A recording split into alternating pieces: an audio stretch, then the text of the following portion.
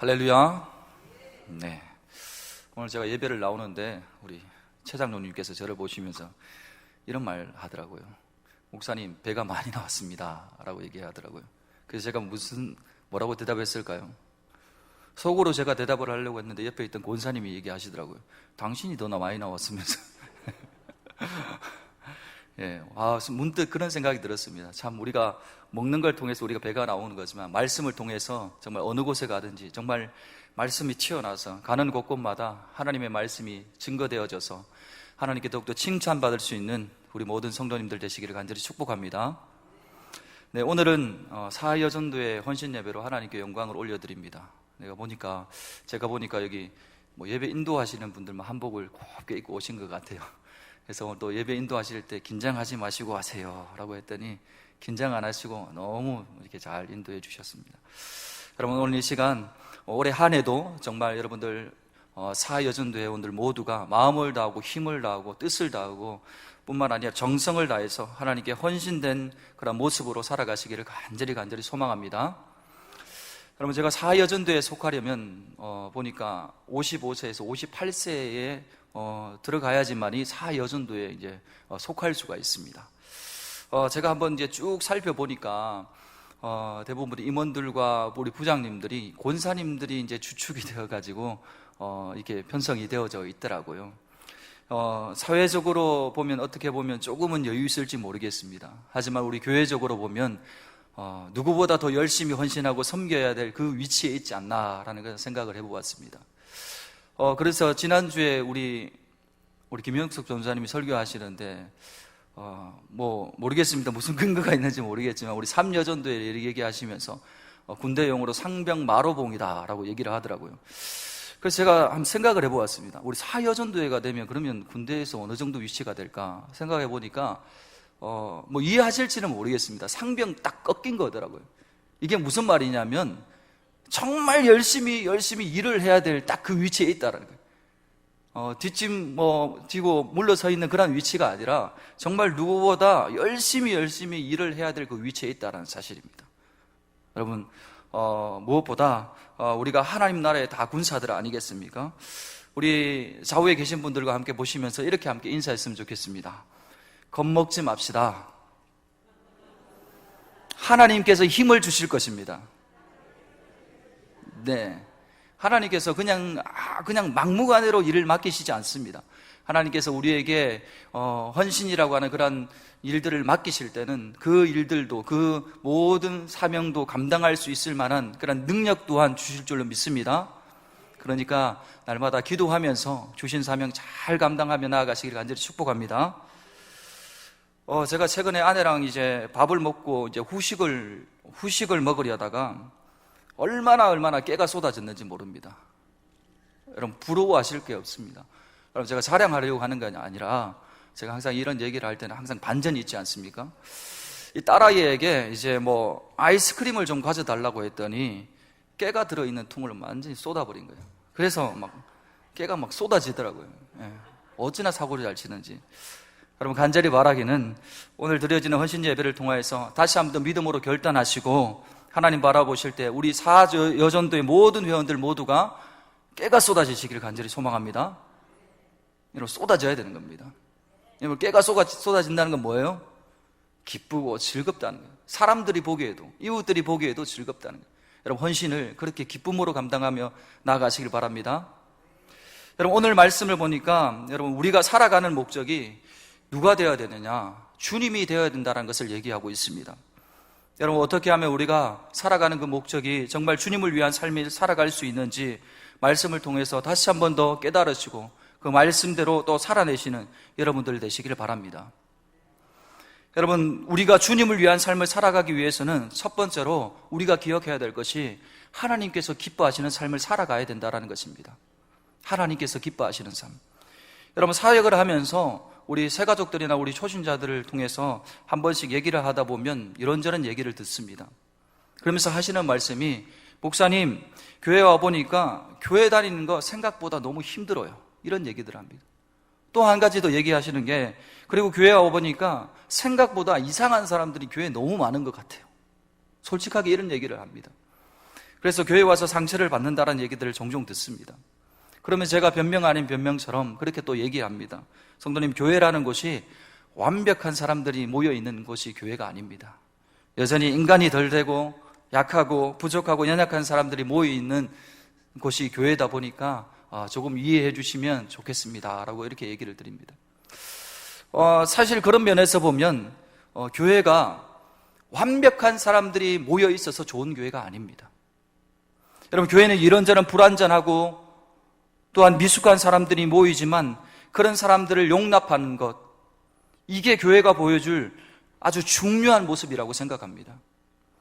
그런 의미에서 레이디 크레딧이 쓴 교회를 교회되게라고 하는 그런 책에 보면 우리가 꿈꾸는 교회라고 하는 그런 소제목이 있습니다. 그래서 그 파트의 첫 번째 소제목이 이렇습니다. 깨어진 사람들이 모인 교회. 깨어진 사람들이 모인 교회. 그 내용을 보면 그렇습니다. 그 첫 번째로 내가 엉망이라는 것과 내가 속하고 싶은 교회는 첫 번째 내가 엉망이라는 것과 두 번째 하나님은 사랑이시라는 것, 이 두 가지를 분명히 아는 교회이다. 그리고 나서 내용을 쭉 살펴보면 그렇습니다. 내가 진정으로 속하고 싶은 교회는 교회 문을 들어서는 나를 맞이할 때 내가 엉망인 것을 아는 교회이다. 그러면서 말하기를 다른 사람들이 내 실상을 다 보고도 여전히 나를 원하는 것을 알고 싶다. 내가 가면을 벗어도 된다는 것과 사람 앞에서 내 밑바닥을 내보이며 즐거이 영혼의 소생을 경험할 수 있다는 것을 알고 싶다. 여러분, 제가 이 책의 내용을 쭉 살펴보는데 참 도전이 되기도 하고 다시 한 번 더 깨닫게 되는 그런 내용이었습니다. 제가 이 글을 읽으면서 정말 이 내용의 글이 정말 우리가 꿈꾸는 교회가 아니라 정말 우리 경주중앙교회가 참 이런 교회가 되면 참 좋겠다, 이런 생각을 해보았습니다. 그래서 그 내용의 말씀처럼 가면을 벗고 하나님 앞에서 자기를 드러내고 직면할 때 교회를 다니면 다닐수록 내 영혼이 소생하는 것을 경험하는 것, 이것이 교회라는 것을 우리 새가족들이 또 모든 성도들이 누릴 수 있는 그런 교회가 되기를 바랍니다. 그런 의미에서 정말 우리의 소원이 있다면 우리가 본문을 다 읽지는 못했는데요, 14장 1절에 보면 이런 내용이 있습니다. 믿음이 연약한 자를 너희가 받되 그의 의견을 비판하지 말라. 아멘. 여러분, 왜 우리가 이렇게 해야 됩니까? 3절 말씀에 기록하고 있습니다. 사도 바울이 말하기를 먹는 자는 먹지 않는 자를 업신여기지 말고 먹지 않는 자는 먹는 자를 비판하지 말라. 이는 하나님이 그를 받으셨습니다. 아멘. 어떻게요? 하나님께서 그를 받으셨기 때문입니다. 여러분, 탕자의 비유에서 그 큰아들이 가출하고 돌아온 못난 동생을 왜 용납해야 되는 줄 아십니까? 그 이유는 분명합니다. 한 가지입니다. 누가복음 15장 23절에서 24절 말씀을 한번 보겠습니다. 그리고 살찐 송아지를 끌어다가 잡으라. 우리가 먹고 즐기자. 이내 아들은 죽었다가 다시 살아났으며 내가 잃었다가 다시 얻었노라 하니 그들이 즐거워하더라. 아멘. 여러분, 그들이 즐거워했던 이유는 딱 한 가지입니다. 무엇이죠? 그 아버지께서 즐거워하시니까. 그 동생을 큰아들이 용납해야 될 그 이유는 단 한 가지입니다. 그것은 아버지께서 즐거워하시니까. 여러분, 부부가 왜 잘 지내야 되는지 아십니까? 아버지께서 즐거워하시니까요. 여러분, 목자와 목원들이 왜 잘 지내야 되는지 아십니까? 그것을 아버지께서 즐거워하시니까요. 우리 요즘은 찬양대를 하지 않지만 우리 찬양대 지휘자들과 우리 찬양대 대원들이 왜 화목해야 되는지 아십니까? 그것을 아버지께서 즐거워하시니까요. 기뻐하시니까요. 여러분, 신앙생활을 하는 방법은 다를 수 있습니다. 생각이 다를 수 있습니다. 문화가 다를 수 있습니다. 하지만 거기에 너무 집중하느라 거기에 너무 집중하고 나와 다르다고 정죄할 필요는 없습니다. 왜 그렇습니까? 생각과 행동이 조금은 다를지라도 그 마음의 중심이 하나님을 향하고 있다면 하나님께서 기뻐 받으시기 때문입니다. 오늘 헌신을 다짐하는 사전여전도의 회원들, 우리가 왜 기쁨으로 헌신하며 나아가야 됩니까? 그것을 하나님께서 기뻐하시니까요. 여러분, 내가 기쁘지 않는데 우리 회원들이 기쁠 수 있을까요? 여러분, 내가 기쁘지 않는데 하나님께서 기뻐하실 수 있을까요? 여러분, 내가 기쁨으로 헌신하지 않는데 어떻게 주신 사명을 기쁨으로, 믿음으로 잘 감당하고 있다라고 말할 수 있을까요?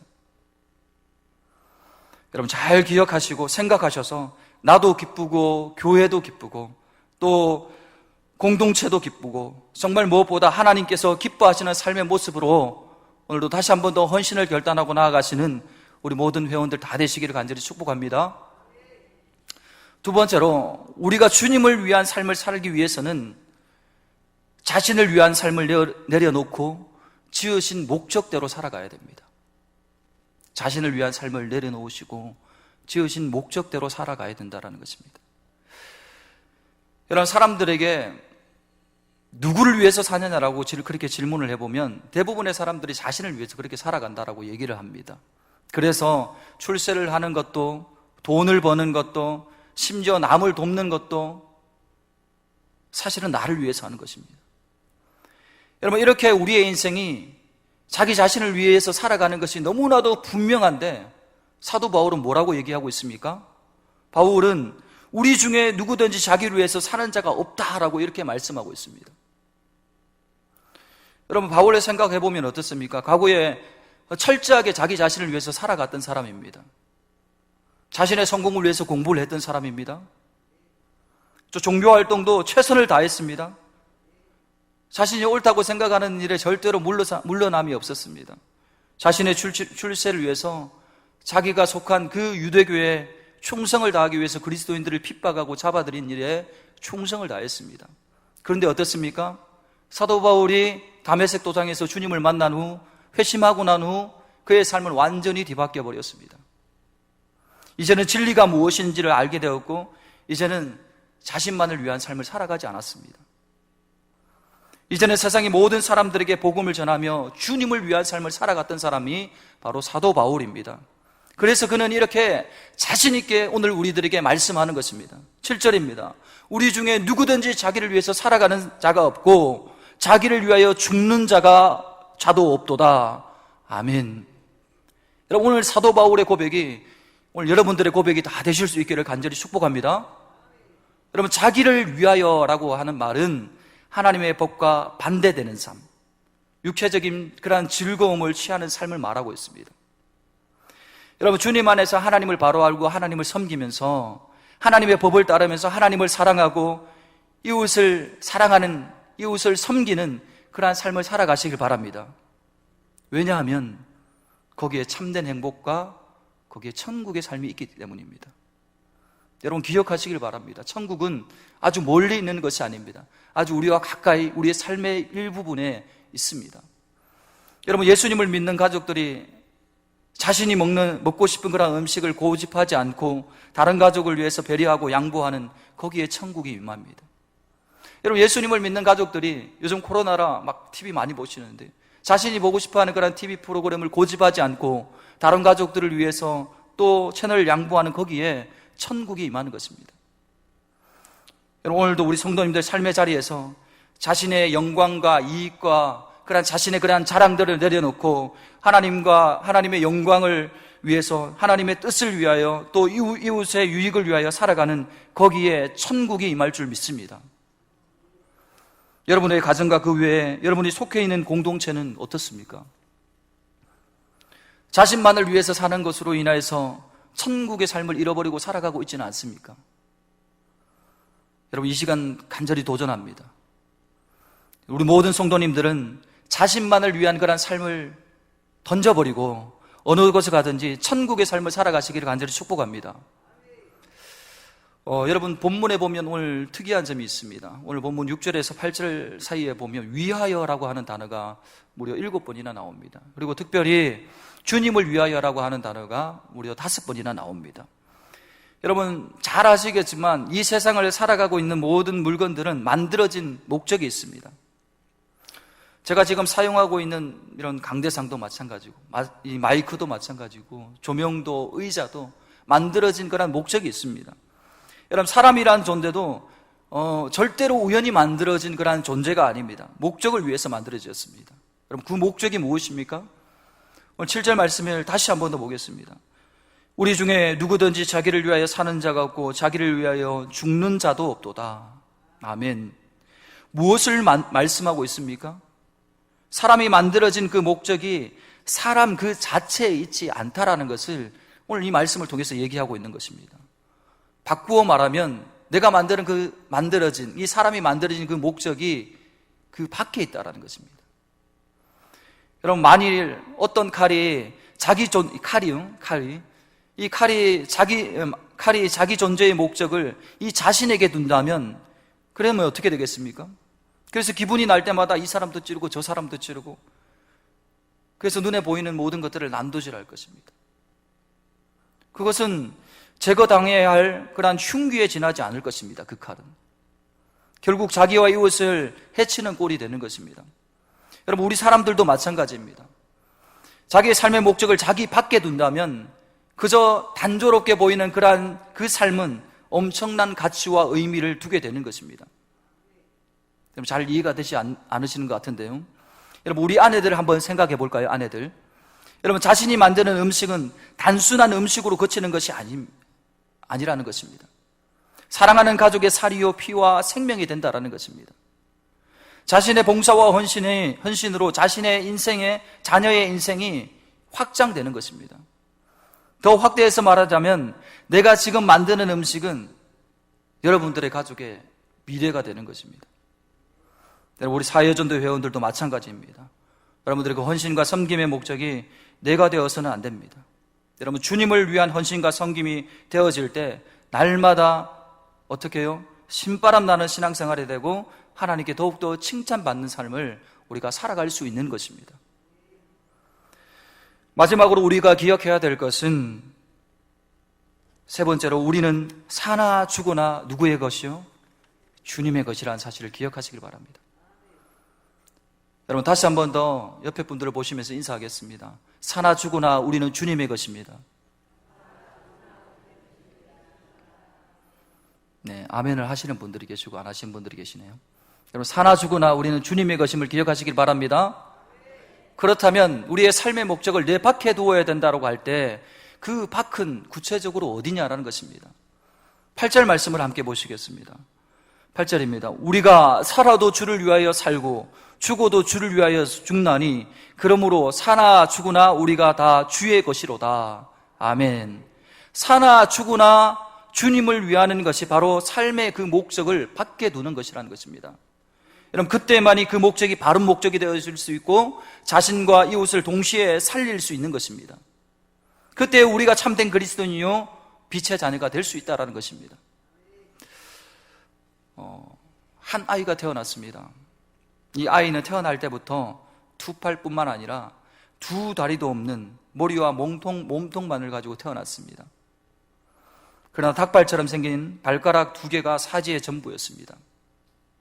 근데 그런 그가 다이빙대에서 높이 뛰어내리고 스케이트보드를 타고 또 서핑을 하고 또 드럼을 연주하고 또 컴퓨터와 핸드폰을 통해서 글을 쓰면서 살아간다는 것들, 여러분 믿어지십니까?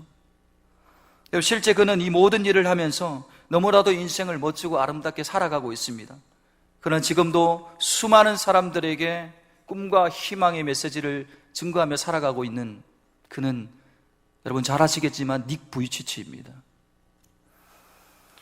여러분, 하지만 닉도 늘 즐겁고 기쁜 일만 있었던 것은 아닙니다. 절망적일 때도 있었습니다. 6살 때 어린아이, 8살이면 우리 한국에서 1학년이죠. 1학년 때 그가 어머니에게 죽고 싶다라고 했습니다. 10살 때 욕조에서 자살을 시도했습니다. 하나님, 저에게 팔 하나 주는 것이 그렇게 어려우셨습니까? 하나님, 저에게 팔 하나 주는 것이 그렇게 아까우셨습니까? 하나님, 저에게 팔 하나 주는 것이 그렇게 아까우셨습니까? 라고 외치던 그가 15살 때 요한복음을 묵상하던 중에 이 모든 것이 하나님의 뜻을 이루기 위함이라고 하는 이 말씀을 깨닫게 되고 주님을 인격적으로 만났습니다. 그래서 그 후에 그의 삶이 완전히 바뀌었습니다. 이게 온 마음과 삶은 하나님께로 향했습니다. 19살 때부터 첫 연설을 시작한 뒤 세계 곳곳을 다니면서 지금도 복음을 전하며 행복한 삶을 살아가고 있습니다. 수많은 사람들이 이걸 통하여서 위로를 얻고 사랑을 얻고 평안을 얻었습니다. 여러분, 어떻게 이런 일들이 가능할 수 있을까요?